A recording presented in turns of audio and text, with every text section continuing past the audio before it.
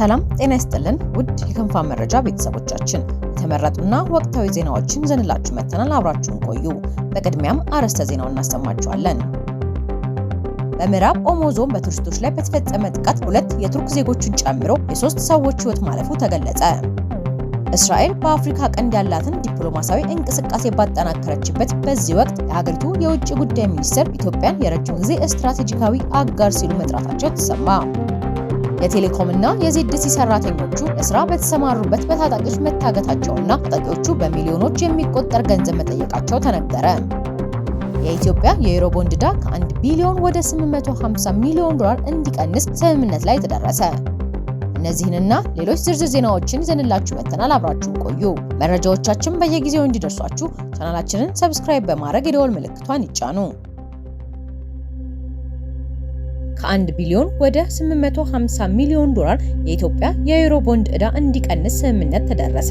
ኢትዮጵያ ከዩሮ ቦንድ አበዳሪዎች ጋር ስታደርገው የነበረው የብድር ሽግሽግ ድርድር ስኬታማ ውጤት ማስመዝገቡ የተገለጸ ሲሆን በመሰረታዊ ነጥቦች ላይ በተደረሰው ስምምነት መሰረት ለሀገሪቱ አጠቃላይ የዩሮ ቦንድ ዕዳ መጠን ከ15 በመቶ ወይም በ150 ሚሊዮን ዶላር እንዲቀንስ ተደርጓል። ዓለም አቀፍ ጠበቆችን ቀጥራ ከአበዳሪዎች ጋር ስትደራደር የቆየችው ኢትዮጵያ የ1 ቢሊዮን ዶላር ዕዳ እንዲሸጋሸግላት ባቀረበችው ጥያቄ ላይ ስምምነት ላይ መደረሱን የድርድሩ ሰነድ የሚያሳይ ሲሆን ይህም ለሀገሪቱ የፋይናንስ ዘርፍ ትልቅ እመርታ ተደርጎ ተወስዷል። በስምምነቱ መሰረት ዋናው የብድር መጠን ሄርከት ተደርጎ ወደ 850 ሚሊዮን ዶላር ዝቅ እንዲል የተወሰነ ሲሆን ይህ ዕዳ እስከ 2020 የኢትዮጵያ በጀት ዓመት ተከፍሎ እንዲጠናቀቅ ታቅዷል። በተጨማሪም ቀደም ሲል በ3 ዙር መከፈል የነበረበትና ሳይከፈል በመቆየቱ ኢትዮጵያን ለቴክኒካዊ ውድቀት ወይም ቴክኒካል ዲፎልት ዳርጓት የነበረው 99 ሚሊዮን ዶላር የወለድ ዕዳ አሁን ላይ ሀገሪቱ በአንድ ጊዜ ለመክፈል መስማማቷን በሰነዱ ላይ ሰፍሯል። የረጅም ጊዜ ክፍያውን በተመለከተ በቀጣዮቹ 8 ዓመታት ውስጥ የተሻለ የውጭ ንግድ ገቢ ከተገኘ ከገቢው 2.5 በመቶ በመቀነስ በዓመት 180 ሚሊዮን ዶላር እንድትከፍል ተወስኗል። ይህ አሃዝ አበዳሪዎች ቀደም ሲል ከጠየቁት የ4.75 በመቶ የክፍያ ምጣኔ በእጅጉ የቀነሰ ሲሆን ይህም በአይኤምኤፍ የኢኮኖሚ ግምገማዎች ላይ ተመስርቶ የቀረበ የክፍያ አማራጭ መሆኑ ታውቋል። ስምምነቱ በይፋ ስራ ላይ እንዲውል የዓለም አቀፉ የገንዘብ ድርጅት አይኤምኤፍ የመጨረሻውን ይሁንታ እየተጠበቀ ይገኛል። ይህ የብድር ሽግሽግ ስምምነት ኢትዮጵያ ወደ ዓለም አቀፍ የገንዘብ ገበያ በድጋሚ ለመመለስ ለምታደርገው ጥረት ከፍተኛ ፋይዳ ይኖረዋል ተብሏል። የዕዳ ጫና መቀነሱ እንደ ፊችና ኤስ&ፒ ያሉ ተቋማት ለሀገሪቱ የሚሰጡትን የክሬዲት ደረጃ ሊያሻሽለው እንደሚችል የሚጠበቅ ሲሆን ይህም በሀገሪቱ ላይ የነበረውን የብድር አለመክፈል ስጋት በመቀነስ የውጭ ቀጥታ ኢንቨስትመንት እንዲጨምር ምቹ ሁኔታዎችን ይፈጥራል የሚል ትንበያ ባለሙያዎች ይሰጣሉ። ኢትዮጵያ እንደ አውሮፓውያን አቆጣጠር በ2014 የገባችበትን የ1 ቢሊዮን ዶላር የዩሮ ቦንድ ዕዳ በታህሳስ 2023 መክፈል የነበረባት ቢሆንም በወቅቱ በነበረው የውጭ ምንዛሬ እጥረት ምክንያት ሳይከፈል መቆየቱ ይታወሳል። ይህ አዲስ ስምምነት ሀገሪቱ ካለባት የብድር ጫና ወጥታ የጀመረችውን የማይክሮ ኢኮኖሚ ማሻሻያ ወይም ማይክሮ ኢኮኖሚ ሪፎርም በዘላቂነት ለማስቀጠል የሚረዳ ወሳኝ እርምጃ መሆኑን የድርድሩ ውጤት ያመለክታል። በምዕራብ ኦሞ ዞን በቱሪስቶች ላይ በተፈጸመ ጥቃት የ2 የቱርክ ዜጎችን ጨምሮ የ3 ሰዎች ሕይወት ማለፉ ተገለጸ። በደቡብ ምዕራብ ኢትዮጵያ ሕዝቦች ክልል በምዕራብ ኦሞ ዞን ሱሪ ወረዳ ጉብኝት ላይ በነበሩ ቱሪስቶች ላይ በተፈጸመ ጥቃት የ2 የቱርክ ዜጎችና የ1 ኢትዮጵያዊ አሽከርካሪ ሕይወት ማለፉ ተሰምቷል።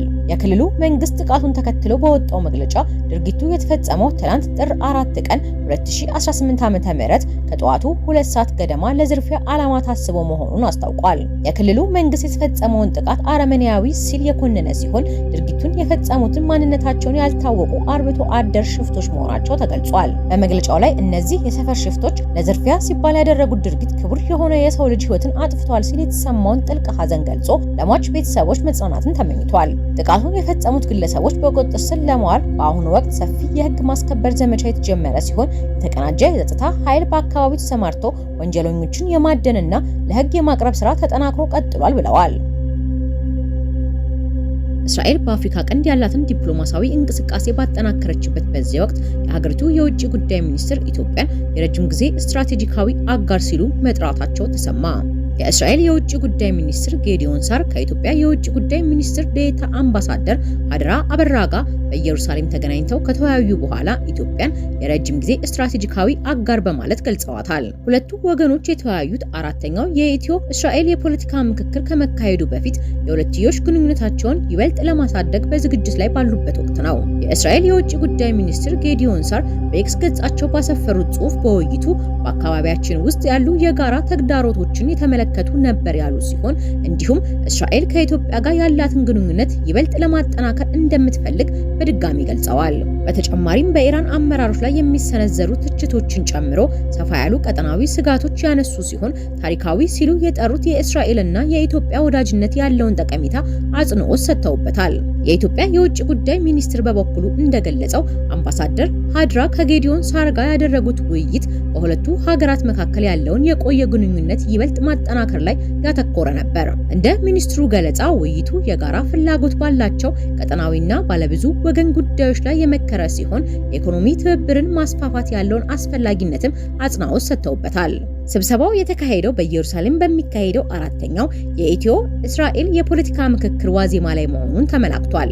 ይህ የተገለጸው እስራኤል በአፍሪካ ቀንድ ቀጠና ውስጥ ዲፕሎማሲያዊ እንቅስቃሴዋን ባጠናከረችበት ወቅት ነው። ክንፋም መረጃ በቅርቡ የሶማሊላንድ ዲፕሎማሲያዊ ምንጮች ለ i24 ኒውስ የሰጡትን መረጃ ዋቢ አድርጎ እንደዘገበው እስራኤል ለሶማሊላንድ እውቅና ከሰጠች በኋላ ሳር የመጀመሪያ ነው የተባለውን ይፋዊ ጉብኝት ለማድረግ ሀርጌሳ ገብተዋል። በጉብኝታቸው ወቅትም የሶማሊላንድ ፕሬዝዳንት አብድራህማን መሐመድ አብዱላሂ ጋር እንደሚገናኙና ዓላማውም ፖለቲካዊና ስትራቴጂካዊ ትብብር ማሳደግ እንደነበር መገለጹ ይታወሳል።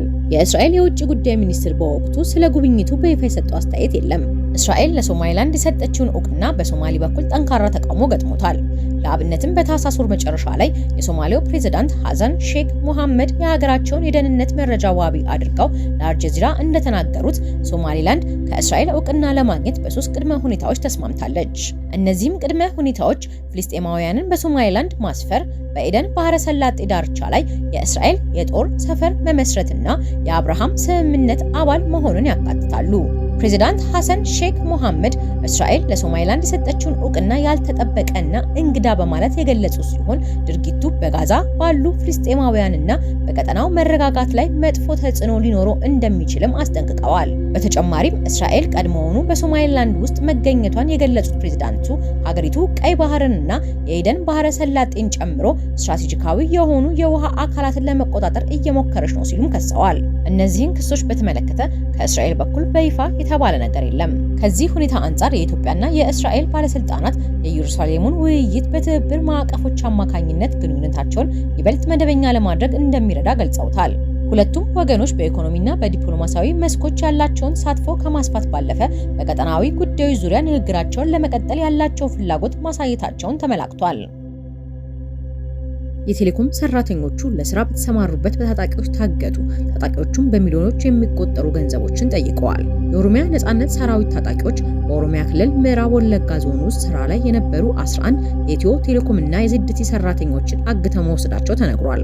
ባለፈው ሳምንት በተለያዩ ቀናት በታጣቂዎቹ የታገቱ ሰራተኞችን ለመልቀቅ በሚሊዮኖች የሚቆጠሩ ገንዘብ መጠየቁ ተገልጿል።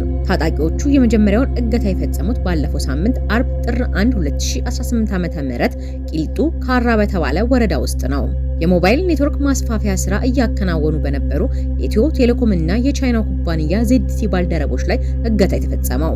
በእገታው ከተያያዙ ውስጥ 5ቱ የZTE ባልደረቦች ሲሆኑ 2ቱ ደግሞ የኢትዮ ቴሌኮም ሰራተኞች መሆናቸው ታውቋል። 7ቱ ባለሙያዎች በአካባቢው በሚንቀሳቀሱ የኦሮሞ ነጻነት ሰራዊት ታጣቂዎች ተይዘው መወሰዳቸውን ለደህንነታቸው ሲሉ ስማቸው እንዳይጠቀስ የጠየቁ አንድ የኢትዮ ቴሌኮም ባለስልጣን ለቢቢሲ አፋን ኦሮሞ አረጋግጠዋል። አርብ ረፋድ 4 ሰዓት ላይ በስራ ላይ እያሉ ነው የታገቱት። ሰራተኞቹ እቃዎቻቸውንና መኪናቸውን ትተው ተወስደዋል። የት እንደተወሰዱ ምንም መረጃ የለንም ሲሉ ተናግረዋል። በቀጣዩ ቀን ቅዳሜ ጥር 2 2018 ዓ.ም ደግሞ ሌሎች 4 ሰራተኞችን እዚያው ምዕራብ ወለጋ ቦጂ ዲመርጂ ወረዳ ውስጥ በታጣቂዎች መወሰዳቸው ተገልጿል። ከአጋቾቹ መካከል የተወሰኑት የተያዙትን 4 ሰዎች ለመልቀቅ በሚሊዮኖች የሚቆጠር ገንዘብ እንዲከፈላቸው ZTEን መጠየቃቸው ተነግሯል። በቅዳሜው እገታ በታጣቂዎቹ ከተያዙ 4 የቴሌኮም ኩባንያ ሰራተኞች መካከል 3ቱ የZTC ሰራተኞች ሲሆኑ አንዱ የኢትዮ ቴሌኮም ሰራተኛ ነው። ስሜ አይጠቀስ ያሉት የኢትዮ ቴሌኮም አመራር በቂልጡ ካራ ወረዳ ያሉት ሁሉም ሰራተኞች ተይዘዋል። ያገቷቸው ታጣቂዎችን በአካባቢው የሚንቀሳቀሱ የኦሮሞ ነጻነት ሰራዊት አባል መሆናቸውን የደረሰን መረጃ ያመላክታል ሲሉ ተናግረዋል። ታጣቂዎቹ እገታውን የፈጸሙት ኢትዮ ቴሌኮም በአካባቢው ያለውን 5% እስከ 12% የሚደርስ የ4G የቴሌኮም ሽፋን ወደ 82% በመቶ ለማሳደግ እየሰራ ባለበት ሰዓት እንደሆነ ተገልጿል። ኢትዮ ቴሌኮም ከቻይና ኩባንያ ጋር በመሆን በአካባቢው ያለውን የኔትወርክ ሽፋን ለማስፋፋት ከፍተኛ ገንዘብ መድቦ ባለፉት 2 ወራት ስራዎቹን እያከናወነም ይገኛል።